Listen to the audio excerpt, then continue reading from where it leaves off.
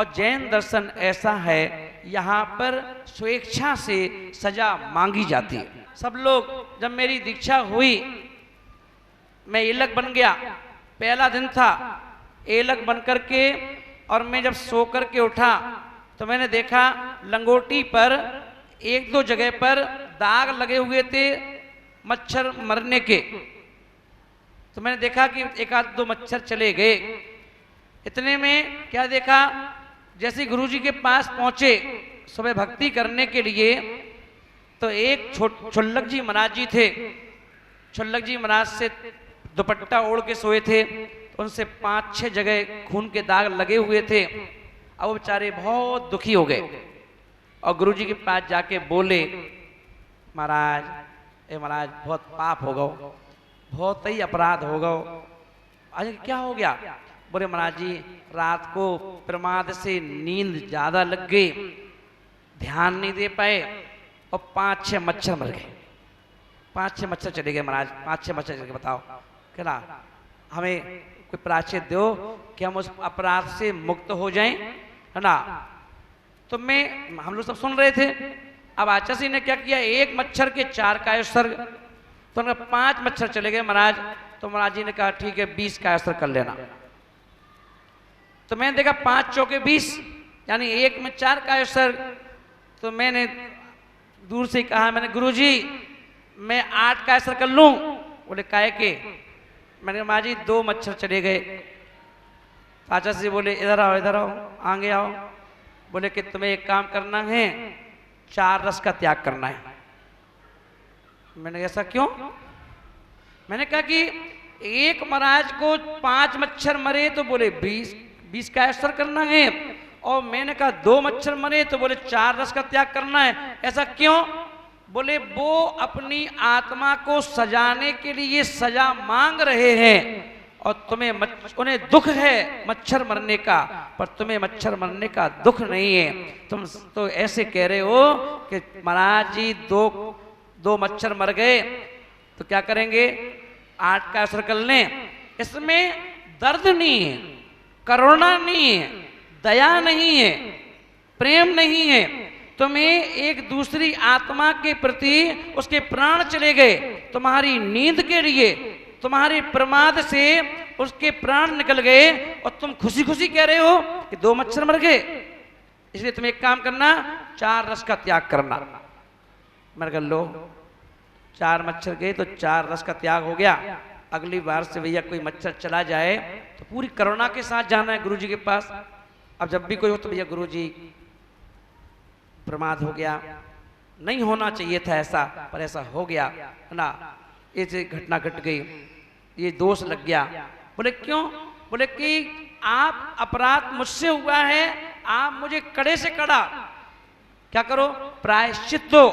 क्योंकि उस प्रायश्चित से, क्योंकि आचार्यों ने कहा रत्नकंडक साबकाचार में, है ना, आचार्य समंत्रभद्र स्वामी महाराज कह रहे हैं कि वह प्रायश्चित नहीं है, वो वारी है। वारी मीन्स पानी, पर पानी है कि जिस दाग, जैसे शरीर में कपड़े में कोई दाग लग जाता है उसे हम पानी से छुटा देते हैं। तो बोले कि ऐसे ही एक जो भव्य जीव है, जो अपनी आत्मा का कल्याण करना चाहता है, वो क्या करता है, गुरु के पास जाकर के अपनी आलोचना निंदा करके और प्रायश्चित रूपी पानी से अपने दाग को छुटा देता है।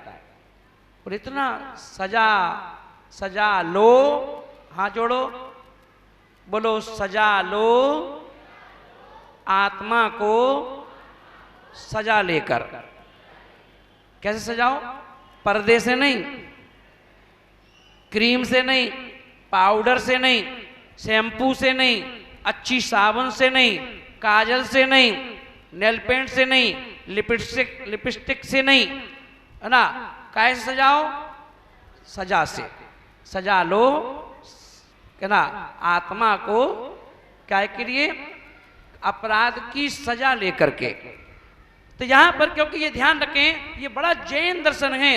इस जैन दर्शन में जन्म लेना और बहुत पारदर्शिता है, बहुत सूक्ष्म दर्शन है, सूक्ष्म दर्शन। और अपन देखें हमारे जैन दर्शन को समझने वाला यदि कोई है तो वो है विज्ञान, साइंटिस्ट, जिन्होंने हमारे जैन दर्शन को पढ़ा भी है और जिया भी है। और आज अपन देखें, भारतवर्ष नहीं पूरे वर्ल्ड में जितनी भी खोजबीन होती हैं, हो रही हैं या आगे होंगी, वो सभी की सभी खोजबीन जैन दर्शन के ग्रंथों से हुई। और यही कारण है कि जर्मनी में एक बहुत बड़ा म्यूजियम है, उस म्यूजियम में जिस साइंटिस्ट ने जो खोज की है उन सबके 5-5 फुट के फोटो वहां पर लगा के रखे गए, और हर फोटो के नीचे उस वैज्ञानिक का नाम लिखा हुआ है और लिखा है कि इन्होंने ये खोजबीन की है। और वहीं अपन देखें 5-5 फुट के सभी फोटोओं के बीचों बीच एक 7-8 फुट का फोटो लगा हुआ है। वह फोटो भगवान महावीर स्वामी का लगा हुआ है और उसके नीचे लिखा हुआ है बिग साइंटिस्ट महावीर। सोचो कितनी गर्व की बात है, कितनी फख्र की बात है कि उन वैज्ञानिकों के बीच में भी एक बड़े वैज्ञानिक, ठीक है, उन्होंने, हम महावीर को भगवान कहते हैं, उन्होंने कहा बिग साइंटिस्ट। बोले ये फोटो लगी हैं, ये छोटे छोटे साइंटिस्ट हैं, पर ये जो बड़ी फोटो लगी है ये बिग साइंटिस्ट हैं, क्योंकि इनके द्वारा कहे हुई ग्रंथों को पढ़ करके इन वैज्ञानिकों ने सारी खोजबीन की हैं, इसलिए ये वैज्ञानिकों के भी वैज्ञानिक हैं, उस रूप में स्वीकार किया। सोचो अगर एक लड़के ने दीक्षा ले ली है किले से, और अगर आपको धर्म की व्याख्या मालूम है तो सारा का सारा किला क्या करता है, गर्व से कहता है हम उस किले से हैं जिस किले से मुनि विजय सागर जी हैं। बोले क्यों? बोले जिस गांव से किसी व्यक्ति की शादी होती है तो वो कहता है पूरे गांव को कि मेरा गांव मेरी ससुराल है, और ससुराल के उस गांव के लोग, अगर वो व्यक्ति दामाद जब गांव में पहुंचता है तो गांव के मिलने जुलने वाले भी जो जैन ना हो और मिलने जुलने वाले हैं तो जीजा कहते हैं, हमारे जीजा आ गए, कहते नहीं कहते हैं। तो सोचो अब एक सामान्य व्यक्ति को सारा गांव जीजा के रूप में स्वीकार कर लेता है, और सोचो जिस गांव से मुनिराज बने हो उस गांव का क्या कहना। जिस गांव से किसी ने दीक्षा ले ली हो, क्योंकि ये दीक्षा छोटी मोटी चीज नहीं है, ये ध्यान रखना। हम लोगों को श्रावक बनने में पसीना आ जाता है, और इसलिए अपन देखें भीड़ भले ही काफी की हो, भले ही आप कितनी पूजा अभिषेक कर लो, पर आप श्रावक नहीं हो।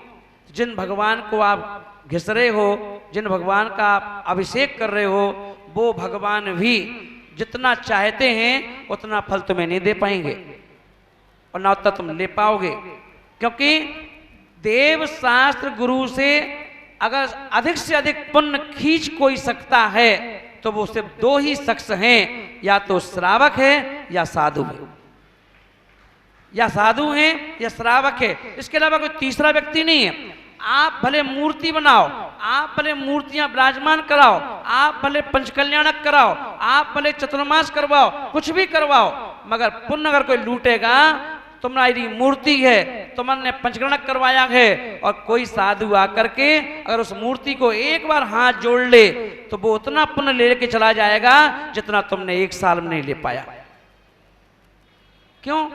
क्योंकि इन्होंने अपनी आत्मा को गुणों से सजाया है, और आपने क्या किया?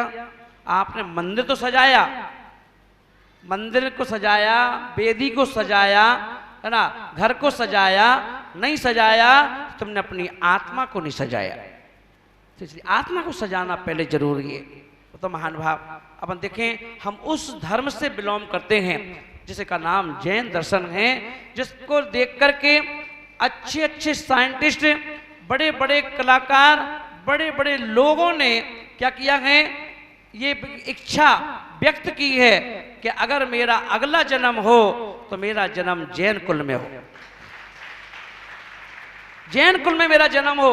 अब्दुल कलाम, राष्ट्रपति देश के, बोले अगला जन्म अगर मेरा हो तो जैन कुल में मेरा जन्म हो। अल्बर्ट आइंस्टीन जो साइंटिस्ट हैं, उन्होंने कहा अगर पुनर्जन्म अगर होता है और मेरा जन्म हो मनुष्य पर्याय में, तो मेरा जन्म जैन कुल में हो। सोचो ऐसा जैन कुल। कभी कभी आप सबके पास मोबाइल हैं और मोबाइल में नेट है, नेट से आप YouTube खोल सकते हो और तो YouTube पर आप देखेंगे, उस YouTube पर आप सर्च करना अक्षय कुमार जो कि बॉलीवुड का वो बहुत है ना सुपरस्टार हीरो है, आमिर खान है ना, विवेक ओबराय, इनको आप सर्च करना। इन्होंने क्या कहा, आधा आधा घंटे पत्रकारों के बीच में बैठ करके जैन दर्शन की खुल के तारीफ की है। और तारीफ ही नहीं की, ये भी ध्यान रखना, तारीफ नहीं की। अक्षय कुमार बोल रहे हैं कि मैं रात्रि को भोजन नहीं करता हूं, मैं आलू प्याज नहीं खाता हूं। बोले कि भगवान महावीर ने कहा है कि नहीं खाना चाहिए। क्या हुआ, उन्होंने कहा, क्या बोला था मैं, अक्षय कुमार ने कहा कि जैन दर्शन में भगवान महावीर स्वामी ने कहा है कि रात्रि भोजन नहीं करना चाहिए, आलू प्याज नहीं खाना चाहिए। तो मैंने सुन करके छोड़ दिया, छोड़ के देखूं क्या होता है। मेरी लाइफ बदल गई। बोल रहे मेरी लाइफ बदल गई। और बोले कि मैं, मेरे प्रशंसक जितने भी हैं, जितने लोग मुझे चाहते हैं, मैं सबसे कहूंगा रात्रि भोजन मत करना, आलू प्याज मत खाना। अक्षय कुमार कह रहा है। आमिर खान जो मुस्लिम है ना, वो कह रहा है जैन दर्शन के सिद्धांत मुझे बड़े प्रभावित करते हैं और मैं भगवान महावीर स्वामी से बहुत प्रभावित हूँ और महावीर स्वामी से प्रभावित हूँ और उनके मानने वाले जो जैन लोग हैं उनसे प्रभावित हूँ। सोचो वो ऐसा कह रहा है। विवेक ओबराय और भी बहुत से लोग ऐसे हैं जिनको आप सुनोगे तो आप उनके मुख से अपने जैन धर्म की तारीफ सुन करके खून बढ़ जाता है। लगता है कि देखो जिनके लिए दुनिया भाग रही है, पागल है, वो जैन दर्शन की तारीफ कर रहे हैं। पर जैन व्यक्ति से पूछो तो वो कहता मैं बहुत परेशान हूं, अभिषेक करके परेशान हूं, पूजा करके परेशान हूं, शिखर जी की यात्रा करके परेशान हूं, गिरनार जी की यात्रा करके परेशान हूं, हस्तिनापुर में विधान कर करके परेशान हूं, है ना, आहार दे दे के परेशान हूं, चौका लगा लगा के परेशान हूं। पर परेशानियां इतनी हैं कि कभी इच्छा करती है कि आत्महत्या कर लूं, कभी मन करता है सुसाइड करके जीवन लीला समाप्त कर लूं, है ना। कितने लोग भले ही बाहर से कपड़े चमकते हों, भले ही बाहर से चेहरे चमकते हों, पर उनके दिल को टटोल कर देखो तो खून के आंसू रोते। क्या कारण है? इतना होने पर भी ऐसा क्यों है हमारे साथ? हम इतना दुखी क्यों हैं? कोई कर्जे से दबा हुआ है, किसी घर में बरकत नहीं है, किसी को बीमारी ने घेर रखा है, किसी ने कोई परेशानी घेर रखा है। ऐसा कोई घर नहीं है जिसमें कोई एक ना एक परेशानी घर में ना हो। और जिनेंद्र भगवान का भक्त होकर परेशान हो, मैं मानते ही नहीं, मैं नहीं मानता। कि जब मैं स्वयं प्रैक्टिकल करता हूं, गिर पड़ा, 15 दिन में ठीक कर लिया, 2 साल के कोर्स को, डॉक्टर ने कह दिया था पैरालाइज अटैक पड़ जाएगा 2-3 दिन के अंदर, है ना, आपकी पीछे छूट जाएगी, है ना। मैंने कहा 3 दिन के अंदर ना, मैं 3 दिन को चेंज कर दूंगा। और क्या किया? प्रभु भक्ति से, अभिषेक से, शांति धारा से, अपनी जाप से क्या किया? सारे रूल्स चेंज कर दिए और पूरा विज्ञान जो साइंस था उसको चेंज कर दिया। और क्या किया? 15 दिन के अंदर सीढ़ी चढ़ करके, है ना, 3 मंजिल की, और अपनी क्या किया? पोस्ट डाल दी पूरे में कि देख लो बेहसाई हमारा ठीक है। सोचो इतना प्रभाव। शुगर हुई, डॉक्टर बोल रहा माँ जी खाली पेट 500 शुगर, 600 शुगर, क्या कर रहे हो आप? मैंने क्या हुआ, इसमें चिंता की क्या बात है? बोले कि इंसुलिन लेना पड़ेगा, भर्ती होना पड़ेगा। मैंने कहा क्यों भर्ती होना पड़ेगा? मैंने कहा 3 दिन में शुगर वहीं के वहीं ला के दे दूंगा। तो 3 दिन में शुगर, लोगों को जिंदगी हो गई, शुगर आए हुए पर शुगर जाती नहीं है। अगर एक बार आ गई तो ये तो सौभाग्यवती महिला की तरह है कि व्यक्ति के मरने के बाद ही जाएगी, वैसे नहीं जाएगी। ऐसी सौभाग्यवती, ऐसी सौभाग्यवती शुगर है। बोले कि मैंने कहा कोई बात नहीं है ना, त्यागी वृत्ति सौभाग्यवती को छोड़कर दीक्षा ले लेते हैं ना। और मैंने कहा कि इसको भी 3 दिन में छोड़ेंगे अपन। और 3 दिन बाद क्या हुआ, 120 शुगर आ गई। क्योंकि if you don't leave you can get nothing. कुछ पाने के लिए कुछ खोना पड़ता है, बिना खोए हम किसी चीज को प्राप्त नहीं कर सकते। पर इच्छा तो हो प्राप्त करने की, इच्छा होना चाहिए प्राप्त करने की महानुभाव। क्योंकि हमारा जैन दर्शन, जैसे मैं रोज कहता हूं भगवान से कि आई एम प्राउड भगवान कि मुझे जैन कुल मिला, मुझे जिनेंद्र भगवान मिले, मुझे गुरु मिले, बीतरागी गुरु मिले। और गुरु को प्रभु को नमन है। पर सबसे पहले उठ करके अपने गुरुदेव की तस्वीर को देख करके सबसे पहले गुरुदेव को नमन करता हूं कि हे गुरुदेव, आपने अगर रियलाइज नहीं कराया होता कि मैं भी भगवान बन सकता हूं, तो आज मैं भी इनकी तरह घर गृहस्थी में फंस करके 99 के फेर में पड़ा होता, चक्रों में फंसा होता। पर आपने रियलाइज कराया कि तू भी भगवान बन सकता है, तेरे अंदर भी भगवान बनने की शक्तियां हैं। तू क्यों इन संसारी आत्माओं के बीच में अपने स्वरूप को भूल रहा है। एक बार अपने दुनिया को निहारता है, एक बार अपनी आत्मा को निहार के देख, तू भी भगवान बन करके और दुनिया में पूज सकता है। और महानुभाव उनके उस वाक्य को सुन करके मैं अक्सर कहा करता हूं कि मैं नहीं जानता आदिनाथ भगवान को, मैं नहीं जानता भगवान महावीर स्वामी को, मैं नहीं जानता चंदा प्रभु भगवान को, मैं किसी तीर्थंकर को नहीं जानता। मैं जानता हूं तो 24 तीर्थंकरों की जो मिली जुली मूर्त है, जिसका नाम विराग सागर है, तो उनको जानता हूं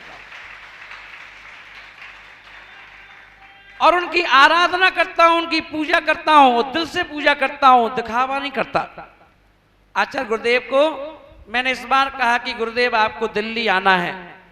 मैंने दीदियों को भेजा आचार्य श्री के पास और मैंने कहा मैं चाहता हूं कि आप दिल्ली आएं। गुरुजी बोले दिल्ली इतना बड़ा संघ कैसे आएगा।